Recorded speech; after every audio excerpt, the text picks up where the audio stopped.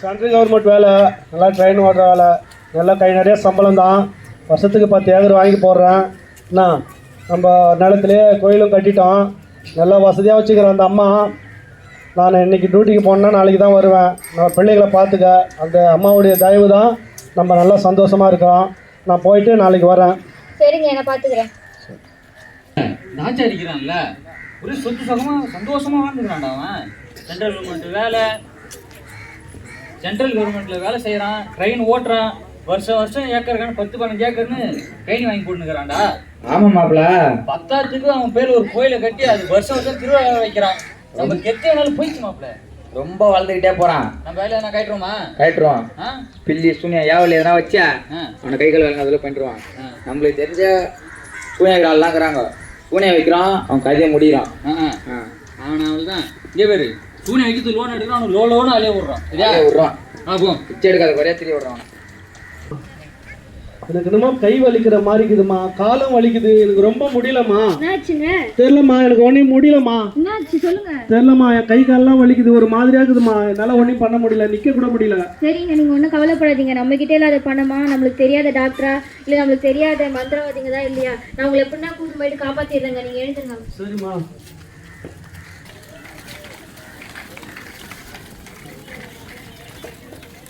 மூணு மாதத்துக்கு பிற்பாடு ஐயோ, நான் வேறு என்ன பண்ணுவேன்னு தெரியலையே. இருந்த இடத்தையும் வித்தாச்சு, நான் எங்களுக்குன்னு இருந்த கோயிலையும் வித்தாச்சு, பணமும் இப்போ எங்ககிட்ட இல்லை. நான் இவரை எப்படி காப்பாற்றுவேன்னு தெரியல. பிள்ளைங்க வேறு அனாதையாக இங்கேயே நிற்குதுங்களே. என்கிட்ட இருக்கிற இன்னும் கொஞ்சம் நகையை வச்சு எப்படின்னா விற்று இவரை சென்னையில் இருக்க ஜிஹெச்சில் கூட்டின்னு போயிட்டு காப்பாற்றிடணும். அம்மா பசிக்குதுமா? அம்மா இருங்கப்பா, வரேன். நிறைய சாப்பிட்ட பிள்ளைங்க இப்போ வந்துட்டு பசி எடுக்குதுன்னு சொல்லுங்களே. இப்போ என்ன பண்ண போகிறேன்னே தெரியலையே. அந்த ஜிஹெச்சுக்கு முன்னாடி வேணா போயிட்டு பிச்சை தான் எடுக்கணும் போல. நான் பிச்சை எடுத்துகிட்டு வரேன். நல்ல தனமாக இருக்கிற கைகள்லாம் நல்ல தனமாக இருக்குது, வேலைக்கு போகலாம் இல்லை? பரவாயில்லம்மா, நீங்கள் எவ்வளோ வேணா திட்டுங்க, எவ்வளோ வேணா சொல்லுங்கள், பிச்சை மட்டும் போட்டுருக்கோம். இருந்தாம்மா.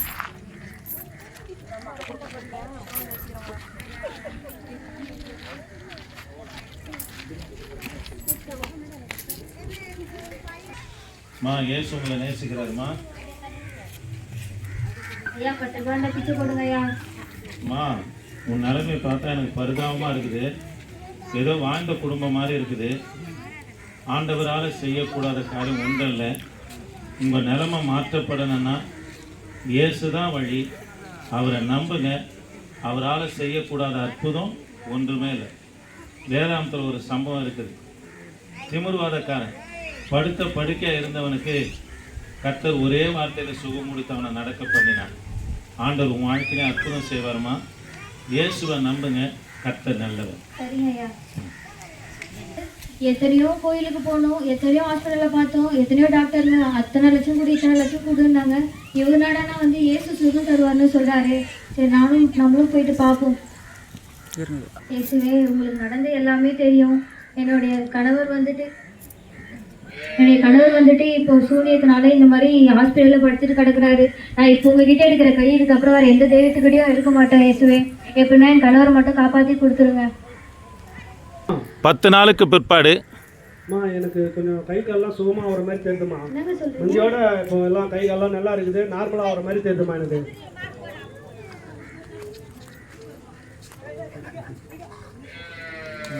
வந்துட்டு எனக்கு இந்த மாதிரி ஒரு ஐயா வந்து சொன்னார், இயேசுவை நம்பினா எல்லா சுகமும் கிடைக்கும், உங்கள் புருஷனும் சுகமாயிட்டுன்னு சொன்னார். எனக்கு என்னவோ இயேசு தான் உங்களை சுகப்படுத்துருவேன்னு நினைக்கிறேன். ஆமாம்மா, அப்படி தான் தெரியுது. ஆனால் நீங்கள் சொல்ல நாள்லேருந்து தான் எனக்கு கொஞ்சம் சுகமான. நானும் 10 நாளாக போயிட்டு அவர்கிட்ட கையெடுத்து ஜெபிச்சுட்டு இருக்காங்க. சரிம்மா, நம்ம குடும்பமாக சேர்ந்து ஆண்டவரை ஏற்றுக்கலாம், சபைக்கு போகலாமா? அவரே நம்பலாங்க. வாங்கம்மா. அவருடைய நாமத்துக்கு சோத்திரம். நாங்கள் குடும்பமாக சந்தோஷமாக தான் இருந்தோம். நல்லா சென்ட்ரல் கவர்மெண்ட் வேலை, நல்லா கை நிறைய சம்பளம். வருஷத்தில் 10 ஏக்கர் வாங்கி போடுவேன். கோயிலும் எங்கள் சொந்த நிலத்தில் கட்டினோம். நாங்கள் ஒரு ஆடம்பரமான வாழ்க்கையை வாழ்ந்துருந்தோம் சந்தோஷமாக. எங்கள் குலதெய்வம் தான் எங்களை ஆசீர்வதித்து வச்சுருந்துன்னு நினச்சிருந்தேன். அப்படி தான் இருந்தது. ஆனால் எங்கள் சொந்தக்காரங்களே எங்களுக்கு வந்து சூனியை வச்சு என்னை கை கால் விளங்காதபடியா, வேலை செய்யாதபடியா, நான் எதெல்லாம் வாங்கி போட்டு வச்சுருந்தேன் அதையெல்லாம் விற்றும் என் மனைவி பிள்ளைய பார்த்து எனக்கு சுகப்படாத போய் திரும்ப லாஸ்ட்டாக மெட்ராஸுக்கு இட்டு போய் ஹாஸ்பிட்டலில், ஜிஎஸ் ஹாஸ்பிட்டலில் வச்சுன்னு சொல்ல அப்பயே கையில் காசில் இருந்ததெல்லாம் செலவு பண்ணிவிட்டு எங்கள் மனைவி பிச்சை எடுக்க போயிட்டாங்க. பசங்க பசியோட கத்தனத்தை பார்த்துட்டு பிச்சை எடுக்க போயிட்டாங்க. அந்த பிச்சை எடுத்துருக்க சொல்ல தான் கர்த்தருடைய ஊழியக்காரர் ஒருத்தர் வந்து உன் வேதனையும் உன் வழியும் மாற்றணும்னா இயேசு ஒருவர் தான் சொல்லிட்டு கைப்பிரித்து கொடுத்துக்கிறாரு. அதை வாங்கி எங்கள் மனைவி படிச்சுட்டு, ஏசப்பா இனியே இந்த கையை நான் வேற தெய்வத்துக்கு எடுக்க மாட்டேன் உன்னை தவறன்னு சொல்லிட்டு அன்னையே பெருதா பண்ணி ஜெபம் பண்ணிக்கிறாங்க. அப்புறம் வந்து என்னோட சொன்னாங்க. ஆனால் அன்னிலிருந்து எனக்கு கொஞ்சம் கொஞ்சமாக சுகமாக வருது நான் உணர்ந்தேன். திரும்ப எங்கள் மனைவி என்ன சொன்னேன், ஆமாம் அப்படின்னு சொல்லிட்டு அதுலேருந்து நாங்கள் குடும்பமாக இயேசு ஏற்றுக்கின்னு இப்போ அவர் ஏற்றுக்கணும். திரும்ப போல எங்களுக்கு எல்லாவற்றையும் கர்த்தர் திரும்பி கொடுத்தா திரும்ப நாங்கள் சந்தோஷமாக இருக்கிறோம். அந்த வேலையும் எனக்கு கிடைச்சது. கர்த்தர் நாமத்துக்கு சோத்திரம். இப்போ ஒரு குறு நாடகத்தை பார்த்தீங்க.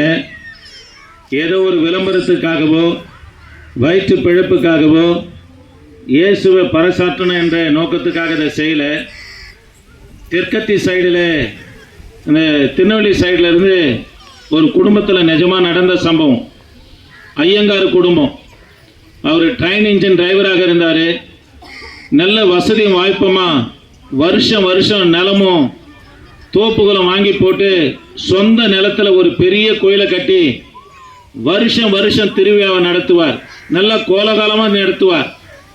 இதை பார்த்ததான சொந்த உறவுகளே, இவன் இந்த அளவுக்கு வளர்ந்து போகிறானே, இவனை விட்டு வைக்கக்கூடாதுன்னு சொல்லி 4-5 மந்திரவாதியோடு சேர்ந்து செய்வனை பண்ண உடனே ஒரு கையும் ஒரு காலம் விழுந்து போயிடுச்சு.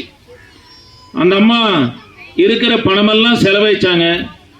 வீடை விற்றாங்க, வாசலை விற்றாங்க, தோட்டங்களை விற்றாங்க, அந்த சொந்த நிலத்தில் கட்டப்பட்டு இருந்த கோயிலையும் விற்றாங்க. போகாத மந்திரவாதி இல்லை, போகாத கோயில்கள் இல்லை, போகாத ஹாஸ்பிட்டல் இல்லை. யாரெல்லாம் எத்தனை லட்சங்கள் கேட்குறாங்களோ கொடுத்து கடைசியாக தான் இருந்த வீட்டையும் விற்றுட்டு புருஷனை எப்படின்னா காப்பாற்றணும்னு சொல்லி சென்னைக்கு புறப்பட்டு வந்து பழைய ஹாஸ்பிட்டலாக இருக்கிற ஜிஹெச் ஹாஸ்பிட்டலில் அந்த அம்மா அவங்க வீட்டுக்காரை வச்சுட்டு 2 ஆண் பிள்ளைங்க அந்த அம்மாவுக்கு. குழந்தைங்க பசியில் கத்துது. அந்த சப்வே சுரங்க பாதையாண்டி வந்து என்ன பண்ணுறது, வேறு வழி இல்லை, மடிப்பிச்சை கேட்டு இருக்கிறாங்க எல்லாரிடத்திலும். ஐயங்காரங்க பார்த்தீங்கன்னா ஓரளவுக்கு நல்லா வெள்ளையாக அழகாக இருப்பாங்க. அந்த வழியாக போகிறவங்களாம் கண்டபடியாக பேசுகிறாங்க. கை கால்லாம் நல்லா இருக்குது, ஏண்டி போய் வேலை செய்யக்கூடாதா, 10 பாத்திரம் தேய்க்கக்கூடாதா, பிச்சை எடுக்கிறீங்க, உனக்கு வெக்கமா இல்லையெல்லாம் பேசுனாங்க. பிள்ளைகளுடைய கொடுமை, பிள்ளைகளை காப்பாற்றணும்னு சொல்லி தினந்தோறும் பிச்சை எடுத்துன்னு இருந்தாங்க. ஒரு நாள் அந்த வழியாக போன ஒரு ஊழியக்காரரு கைப்பிரிதை கொடுத்து, உன் நிலைமை மாற்றப்படணும்னா இயேசுதாமா வழி என்று சொன்னான். அந்த அம்மா யோசித்தாங்க. போகாத மருத்துவமனை இல்லை, கோயில்கள் இல்லை, மந்திரவாதிகள் அல்ல, எல்லாரும் இவ்வளோ கூட அவ்வளோ கூட சரியாம பார்க்கலாம் தான் சொன்னாங்களே தவிர மாற்றப்படணும்னு சொல்லியே. ஆனால் இந்த ஐயா உன் நிலைமை மாற்றப்படுவதற்கு இயேசுதான் வழி என்று சொல்லுகிறாரு என்று சொல்லி அங்கே அக்கம் பக்கத்தில் இருக்கிறவங்களே, அந்த ஹாஸ்பிட்டல் பக்கத்தில் இருக்கிறவங்க விசாரித்தாங்க. இங்கே எங்கே இயேசுநாதர் கோயில் இருக்குது, சர்ச் இருக்குதுன்னு விசாரித்த உடனே பாரிஸில் ஒரு மூலையில் ஒரு பெந்தகோஸ்த சபை இருந்தது. அந்த சபையை கையை காமிச்சாங்க. இவங்க சபைக்குள்ளே கூட போல, தினமும் வருவாங்க, பிச்சை எடுத்துன்னே போவாங்க. அந்த சர்ச்சு வாசலுக்கு முன்பதாக இப்படி கையெடுத்து சொன்னாங்க, ஏசப்பா இன்னைக்கு கையெடுக்கிறேன், இனி வேற யாருக்கும் எந்த தெய்வத்துக்கும் நான் கையெடுக்க மாட்டேன், என் புருஷனுக்கு சுகம் தாங்கப்பான்னு சொல்லி இவங்க விசுவாசத்தோடு ஜெபம் பண்ண ஒவ்வொரு நாளும் போய் வர அந்த மாந்திரிக கட்டிலிருந்து என் தேவனாகி கர்த்தர் விடுதலை கொடுத்துக்கினே வந்தார். 10 நாளுக்கு பிற்பாடு பூரண சுகமாயிடுச்சு. பூரண சுகமான உடனே அவர் எழுந்து சொல்லியிருக்கிறாரு, மா பாருமா என் கை கால்கள் எல்லாம் நல்லா ஆயிடுச்சுன்னு சொன்னோடனே ஆச்சரியப்பட்டாங்க. அதுக்கு பிற்பாடு தன்னை தேவனுக்கு ஒப்பு கொடுத்துட்டு இங்க எங்க இயேசுநாதர் சபை இருக்கிறது என்று விசாரித்தாங்க. இது நிஜமா நடந்த சம்பவம். பொர்ஷவாக்கத்தில் ஓட்டேரியில மேகலா தேட்டர் எதிர்க்க ஏசி அப்போஸ்தல கிறிஸ்துவ சபை இருக்குது. அந்த இடத்துல 2 பிள்ளைகளோடு மனைவி பிள்ளைகளோடு இவங்க போனாங்க. என்னான்னு கேட்டார் அந்த வயசான ஊழியக்கார், ஐயா இது போல தெற்கத்தி சைடில் இருந்தோம், வந்தோம், செய்வினை வச்சாங்க, நாங்கள் என்ன செய்யுதுன்னு கேட்டார். இயேசுவை நம்புங்க, சபையில் சின்ன வேலை செஞ்சுங்க, உங்களுக்குன்னு ஒரு அறை கொடுக்குறேன், இங்கே தங்கி நீங்கள் கர்த்தருடைய வேலையை செஞ்சுன்னு இருங்கன்னாங்க. இவங்களுக்கு அந்த ஊழியக்கார் கொடுத்த வேலை என்னன்னா சபையை பெருக்கிறதும் தண்ணி எடுத்து வைக்கிறதும் வெளியே சுத்தம் பண்ணுறதும் டேபிள் சேரை துடைக்கிற வேலையை கொடுத்தார். இதை தொடர்ந்து செய்துக்கினே இருந்தாங்க. கர்த்தர் அவளை ஆசீர்வதித்து கொண்டே வந்தார். இப்போது அந்த அந்த ஐயாவும் அந்த அம்மாவும் 2 பிள்ளைகளும் எந்த ஊரில் செய்வின வைக்கப்பட்டு தலகுனிந்து காணப்பட்டாங்களோ அதே இடத்துல 2000 ஆத்துமாக்களுக்கு ஊழியக்காரனாக என் தேவனாகிய கர்த்தர் உயர்த்தி வைத்திருக்கிறார். ஊழிய அழைப்பு பெற்று அதே தெற்கத்தி சைடில் போயிட்டு சாட்சியாக கர்த்தருக்கு வாழ்ந்து கொண்டு இருக்கிறாங்க. ஆக இந்த வார்த்தையை கேட்கிற எனக்கு அன்பான தேவனுடைய பிள்ளைகளே, என் ஆண்டவரால் ஆகாத காரியம் ஒன்றுமே இல்லை. எல்லாரும் சொன்னாங்க, வேதாந்தத்தில் ஒரு சம்பவம் இருக்குது, இயேசுவை கூப்பிடாதே ஏவிரே உன் மகளானவள் மரித்து போனாள் என்னாங்க. ஆனால் ஆண்டவர் சொன்னாரு உன் மகள் மரித்து போலான்னார். எல்லாரும் பரியாசம் பண்ணாங்க இயேசுவை. மரித்து போன பிள்ளையை கர்த்தர் உயிரோடு எழுப்பி கொடுத்தார். ஆக உங்கள் கையை விட்டு நிலம்புலம் போயிருக்கலாம், சமாதானம் போயிருக்கலாம், சொத்து சுகம் போயிருக்கலாம், சுகம் போயிருக்கலாம். எது போனாலும் நீ இழந்ததை என் தேவனாகிய கர்த்தர் திரும்ப தருவார். ஏனென்று சொன்னால் வேதத்தில் சொல்லப்பட்டு இருக்கிறது, இவர் காரியங்களை மாறுதலாய் முடிய பண்ணுகிற தேவனா. ஒரு நாட்களிலே மரணம்தான் வழி, மரணத்தின் விளிம்பில் நின்று கொண்டு இருந்தோம், பசியும் பட்டியும் வியாதியின் கொடுமையில் இருந்தோம். எங்கள் நிலைமை மாற்றப்படதா என்று ஒவ்வொரு நாளும் எல்லாரையும் நோக்கி அழுதது உண்டு. கர்த்தரை நம்பினோம், எங்கள் காரியங்களை கர்த்தர் மாறுதலாக முடிய பண்ணினார். ஆக இந்த வார்த்தையை கேட்கிற கிராம மக்களே, உங்கள் நிலைமைகள் மாறப்பட, உங்கள் வாழ்க்கையில நல்ல வெளிச்சமும் சமாதானத்தையும் காண, சூன்யமாக இருக்கிற இந்த நிலை மாற்றப்படணும்னா இயேசுதான் வழி. அவரை பிடித்து கொள்வீர்களா கர்த்தர் உங்களை வாளாக்காமல் தலையாக்குவாரு, கீழாக்காமல் மேலாக்குவாரு. நீங்கள் எந்த இடத்துல தலை குனிந்து காணப்பட்டீங்களோ அந்த சொந்த மன்னங்களுக்கு முன்பதாக என் தேவனாகிய கர்த்தர் உங்கள் தலைகளை உயர்த்துவார். இதை உறுதியாக சொல்வதற்கு காரணம் என்னன்னா, அப்படி இருந்த நிலையில கர்த்தர் எங்களை உயர்த்தினார். அது மாத்திரம் இல்லைங்க, 2000 ஆண்டுகளுக்கு முன்பதாக நமக்காக ஜீவனை கொடுத்த தேவன் உங்களுக்காக எல்லாவற்றையும் செய்ய அவர் வல்லவராக இருக்கிறார். உங்களுக்காக நாங்கள் ஜெபிக்கிறோம். ஆண்டவரே, இந்த வார்த்தையை கேட்டதானே ஒவ்வொரு பிள்ளைகளுக்காக ஜெபிக்கிறேயா. இந்த குடும்பங்களில் சமாதானம் தாங்க, சுகம் தாங்க, விடுதலை தாங்க. இந்த கிராமத்தில் ஒரு மாறுதலை தேவனாகி கர்த்தர் நீங்கள் உண்டு பண்ணுவீராக. வழிநடத்துங்கப்பா, ஆசீர்வதிங்க. இயேசு நாமத்தில் ஜெபிக்க நல்ல பிதாவே, ஆமென். சரி, யாருக்காக